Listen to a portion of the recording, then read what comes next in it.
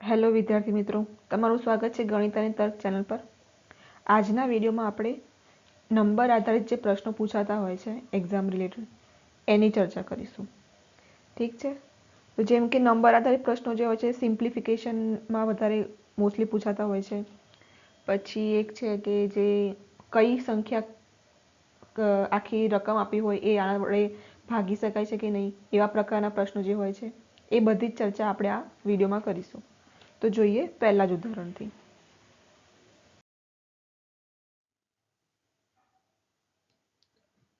જુઓ હવે અહીંયા જે પહેલો સવાલ આપ્યો છે,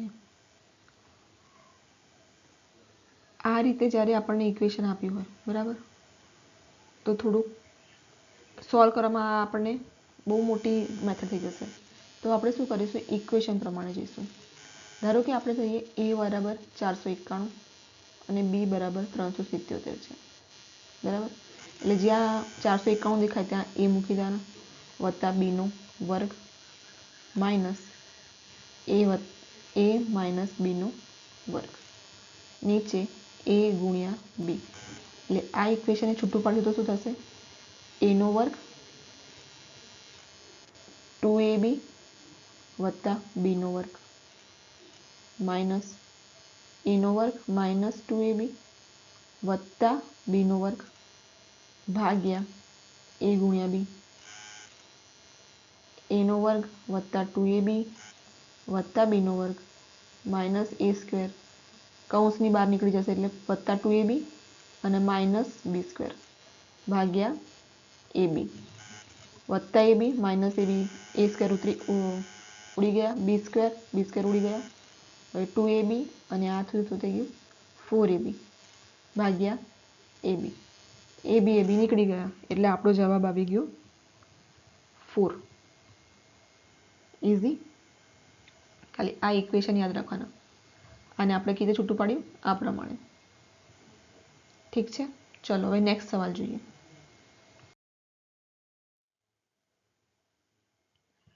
આમાં પણ આપણે સેમ ફોર્મ્યુલા અપનાવીશું. હવે ડાયરેક્ટ આ લખી નાખીએ, આ a છે અને આ b છે. a વત્તા b નો વર્ગ વત્તા a માઇનસ b નો વર્ગ, નીચે આ શું છે આપણે 964 એ જ ધાર્યા છે, a નો વર્ગ વત્તા 477 એટલે b નો વર્ગ, a વર્ગ વત્તા 2ab વત્તા b નો વર્ગ વત્તા a સ્ક્વેર માઇનસ 2ab વત્તા b સ્ક્વેર ભાગ્યા a સ્ક્વેર વત્તા b સ્ક્વેર. 2ab નીકળી ગયા એટલે શું આવ્યા 2a સ્ક્વેર અને 2b સ્ક્વેર ભાગ્યા a સ્ક્વેર વત્તા b સ્ક્વેર. બે આપણે કોમન કાઢીએ તો અંદર શું વચ્ચે a સ્ક્વેર વત્તા b સ્ક્વેર ભાગ્યા a સ્ક્વેર વત્તા b સ્ક્વેર ઉડી ગયા એટલે જવાબ શું આવી ગયો 2. આ આપણો જવાબ. ઓકે, ચલો હવે નેક્સ્ટ સવાલ જોઈએ. જુઓ હવે આ પ્રશ્નમાં શું કરવાનું, શું કરીશું આપણે 775 બરાબર આપણે a લઈ લીધા, આના બરાબર b. હવે 3 વાર છે એટલે શું થશે, ઘન વત્તા b નો ઘન, નીચે આવશે 2 વાર છે a નો વર્ગ માઇનસ a ગુણ્યા b વત્તા b નો વર્ગ. a ઘન અને b ઘન કેવી રીતે છૂટું પડશે, a વત્તા b કૌંસમાં a નો વર્ગ માઇનસ ab વત્તા b નો વર્ગ. અહીંયા વત્તા હોય તો જે આપણે બીજો કૌંસ છૂટો પડશે અહીંયા જે a માઇનસ b આવશે બરાબર, અને નીચે મૂકીશું a square ab minus ab વત્તા b નો વર્ગ. આ બે ઉડી ગયા, a વત્તા b એટલે 775 વત્તા 231 એટલે થશે 6 7 10 1 7 ને 2 9 ને 10 1006 આપણો જવાબ. ઓકે, ચલો હવે નેક્સ્ટ સવાલ જોઈએ.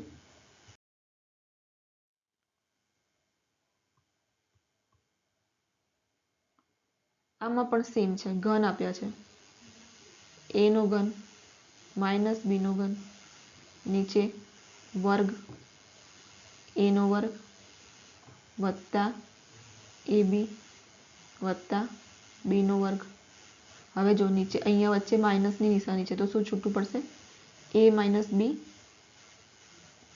કૌંસમાં જે આવશે ને એનો વર્ગ વત્તા AB વત્તા બીનો વર્ગ આવશે. બરાબર. નીચે આપણે આ મૂકીશું એટલે આ બંને જે છે ઉડી ગયા. એટલે A માઇનસ બી બરાબર 851 માંથી 280 બાદ કરીશું. 1 15 માંથી 8 7 6 માંથી 2 જાય તો 4. આ આપણો જવાબ આવી ગયો.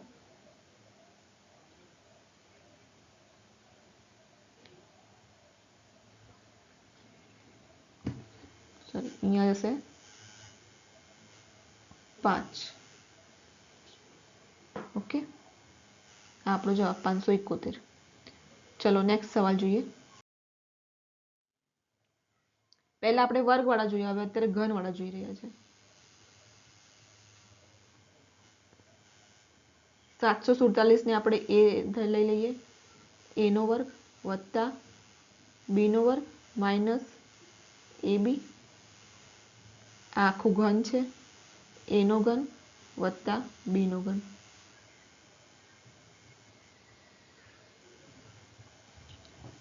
નીચેનું છૂટું પાડીશું a ઘન b ઘન તો શું આવશે? સીધું અહીંયા લખી નાખીએ a વત્તા b a square minus ab વત્તા b નો વર્ગ.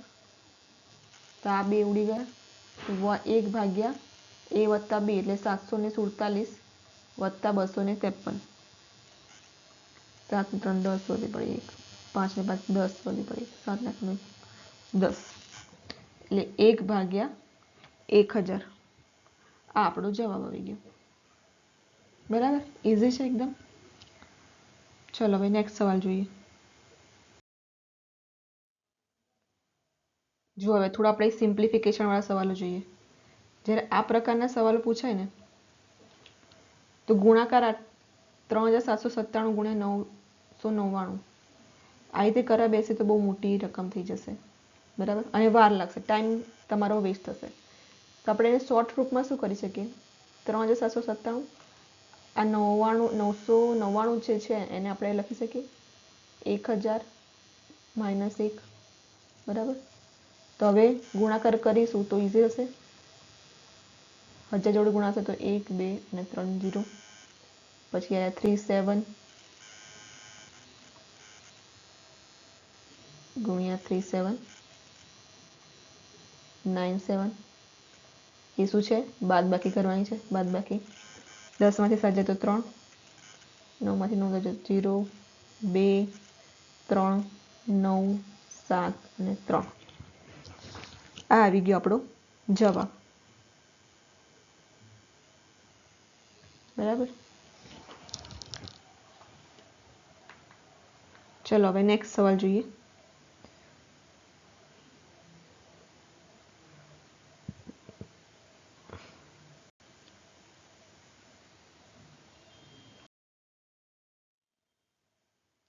આ પણ એવા પ્રકારનો જ સવાલ છે. જુઓ, એમાં પણ આપણે 1000 બાદ 1 6 8 7 000 અને એક 6 8 7. 10 માંથી 7 જાય તો 3, 9 માંથી 8 જાય તો 1 3 6 6 8 6 1 3 68631 ઓકે, આ આપણો જવાબ આવી ગયો. હવે નેક્સ્ટ જો હવે આ સવાલ આપણે શું કરી શકીએ છીએ? 1806 ગુણ્યા 1806 છે. તો હમણાં આપણે આગળ એક ફોર્મ્યુલા જોઈ ગયા એ પ્રમાણે આપણે આને સોલ્વ કરી શકીએ. 1806 નો વર્ગ કર્યો. બરાબર, હવે 1806 ને આપણે બીજી રીતે શું લખી શકીએ? 1800 વત્તા 6 લખી શકીએ. બરાબર, સૌથી નાનામાં નાની જે આપણને ઈઝી પડતી હોય કે આનો વર્ક કરીને બી આપણને ઈઝી પડે તો એ રીતે આપણે શોધવાનો પ્રયત્ન કરવાનો છે. 1806 વત્તા 1806 નો થઈ ગયો વર્ગ.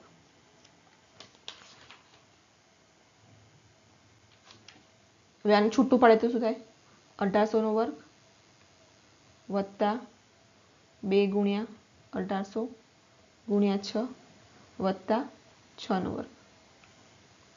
18 વર્ગ 324 અને 1 2 3 4 0 વત્તા 18 ગુણ્યા 6 દુ 12 કરી નાખીશું ડાયરેક્ટ આપણે. આ 6 દુ 12 તો કેટલા થાય છે? 216 અને આ 2 0 વત્તા 6 36. સીધા સીધા ટોટલ કરીએ તો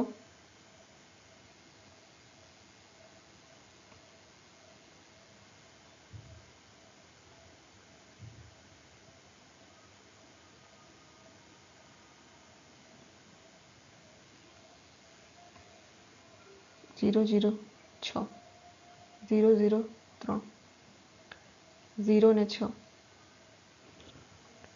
0 1 4 ને 2 6 અને 32 3 2 6 1 6 3 6 આ આપણો જવાબ આવી ગયો. ઇઝી.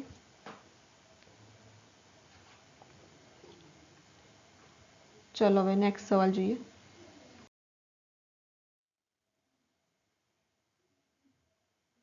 106 ગુણ્યા 106 માઇનસ 94 ગુણ્યા 94.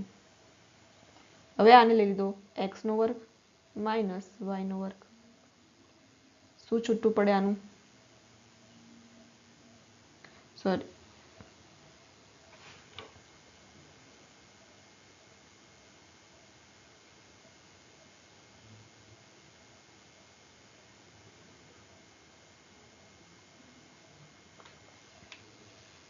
x માઇનસ y અને x વત્તા y એ રીતે લખી શકીએ આને.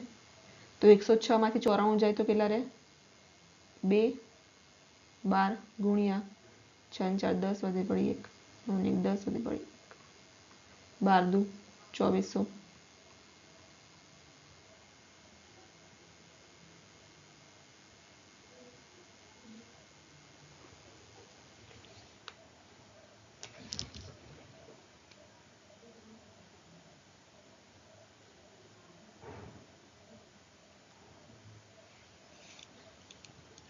બરાબર. આનું છૂટા પડે આ રીતે. ધારો કે અને આ રીતે આખો કૌંસનો વર્ગ હોય ત્યારે શું લખવાનું? x સ્ક્વેર માઇનસ 2xy અને વત્તા y નો વર્ગ. આ રીતે થશે. ઓકે. ચલો હવે નેક્સ્ટ સવાલ જોઈએ આપણે.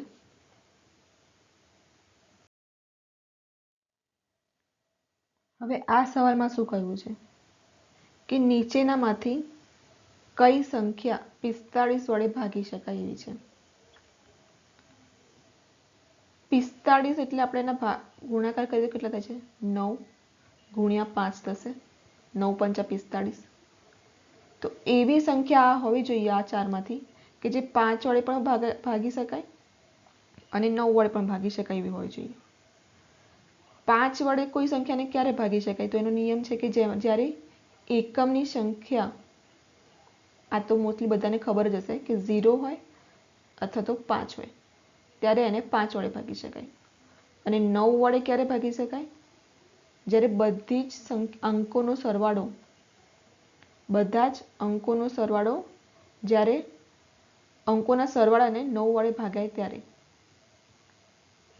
એ સંખ્યા 9 વડે ભાગી શકાય. તો સૌથી પહેલા આપણે જોઈએ બધાની એકમની સંખ્યામાં 0 0 અહીંયા 0 છે, અહીંયા 5 છે એટલે 5 વડે તો ભાગ્યા છે જ. તો આપણે શોધવાનું શું રહ્યું કે 9 વડે ભાગે છે કે નહીં. તો સરવાળો કરીશું. પહેલા તો જોઈએ તો 1 વત્તા 8 9 10 ને 6 ને 5 11 21. તો 9 વડે ભાગ્યા નથી.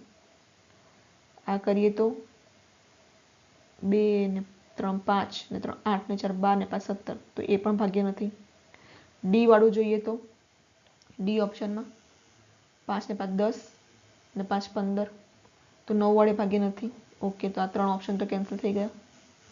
હવે બચ્યો આ. તો પણ આપણે એનો સરવાળો કરીએ તો 8 ને 2 10 12 અને 6 18. 18 ને આપણે 9 વડે ભાગી શકીએ છીએ એટલે આ સંખ્યા કઈ આવશે? આ આપણો જવાબ. બરાબર. ચલો હવે આવામાં જ હજી બીજો સવાલ જોઈએ. જુઓ હવે આગળ જે સવાલ આપણે સોલ્વ કર્યો એ પ્રમાણેનો જ છે. અહીંયા આખી સંખ્યા આપી છે, અહીંયા સ્ટાર છે, એક અંક બાકી છે. આ આખી સંખ્યા જે છે 72 વડે ભાગી શકાય, તો આ સ્ટારની જગ્યાએ શું આવશે, કયો અંક આવશે? 72 ને આપણે ભાગ કરીએ તો શું થાય? 8 9 72. આગળ જ 9 નું તો આપણે શીખી ગયા કે આખી સંખ્યાનો સરવાળો કરીને 9 વડે ભાગી શકાતું હોય એ સરવાળો, તો એ આખી સંખ્યા 9 વડે ભાગી શકાય એવું થઈ જાય. 8 વડે ભાગવા માટે શું સરવાળો થશે? 8 વડે ભાગવા માટે શું હશે? જે એકમની સંખ્યા, દશકની સંખ્યા અને જે 100 ની સંખ્યા, આ ત્રણ જે સંખ્યા જે છે અંકો મળી જે સંખ્યા બને છે, જેમ કે અહીંયા 7 3 અને સ્ટાર બને છે, આને જો આપણે 8 વડે ભાગી શકીએ તો એ સંખ્યા પૂરીને આપણે 8 વડે ભાગી શકાય એમ કહી શકાય. તો હવે પહેલા આપણે આ સ્ટારની જગ્યાએ કયો આવશે એની માટે આપણે સરવાળો કરીએ. તો 7 ને 7 14 અને આ 7 21 થાય, બરાબર. તો 21 ને 4 25, તો એ 9 વડે ભાગી નહીં શકાય એટલે એ તો ઓપ્શન નહીં જ આવે. 21 ને 5 26, એ પણ ના આવે. 21 ને 6 27, બરાબર આવી શકે. 21 ને 7 28, ના આવે. 21 ને 8 29, તો એ પણ ના આવે. તો એમ તો આપણને સરળ મળી ગયો કે 6 આવવો જોઈએ જવાબ આપણો, પણ તોય આપણે નોલેજ માટે જોઈએ કે 7 3 ને 6 એને 8 વડે ભાગીએ છીએ તો 8 9 72, 1 ને 6 8 2 16, બરાબર 92 આયા. એટલે આપણે 736 6 લઈએ જો છેલ્લે, આ આખી રકમ બને તો જે છેલ્લી 736 છે એને આપણે 8 વડે ભાગી શકીએ છીએ, એટલે આખી સંખ્યાને પણ આપણે 8 વડે ભાગી શકીશું, એટલે આપણો જવાબ આવશે 6. બરાબર. ચલો હવે નેક્સ્ટ સવાલ જોઈએ. જો હવે આ સવાલ, આમાં આપણને શું આપે છે? 4768 ગુણ્યા 9p2. જો 12 વડે ભાગી શકાય તો p ની જગ્યાએ કયો અંક આવશે? 12 ના આપણે ભાગ પાડીએ તો શું થશે? 4 તરી 12, બરાબર. તો આ 4768 પહેલા તો જોઈએ તો 3 વડે કેવી સંખ્યાઓ ભાગી શકાય કે આખી સંખ્યાના અંકોનો સરવાળો કરીએ અને એ સરવાળો આપણે 3 વડે ભાગી શકતા હોઈએ તો એ આખી સંખ્યાને આપણે 3 વડે ભાગી શકાય. 4 માટે શું પરિસ્થિતિ બનશે? એકમ અને દશકનો અંક, આ જે છેલ્લા બે અંક 4 વડે ભાગી શકાતા હોય તો આખી સંખ્યાને આપણે 4 વડે ભાગી શકીએ. તો આ જો 17 ચોક 68, તો એને 4 વડે ભાગી શકીએ છીએ આપણે, એટલે આ તો થઈ ગયું કે 4 વડે ભાગી શકીએ છીએ. જો આનો સરવાળો કરીએ આપણે, જો 8 ને 6 14 ને 7 21 ને 4 25, તો એ 3 વડે નથી ભાગી શકાતું પણ 4 વડે તો ભાગી શકાય છે. એટલે હવે આ જે 9p2 જે રહી ને એ એવી સંખ્યા હોવી જોઈએ, એમાં p ની જગ્યાએ એવી સંખ્યા આવી જોઈએ કે એવો અંક આવવો જોઈએ કે જે 3 વડે, જેનો સરવાળો કરતા આપણે 3 વડે ભાગી શકીએ. સમજાયું? કારણ કે આને તો આપણે 4 વડે ભાગી દઈશું એટલે એ તો ભગાઈ જશે, ભાગાકાર થઈ જશે ત્યાં.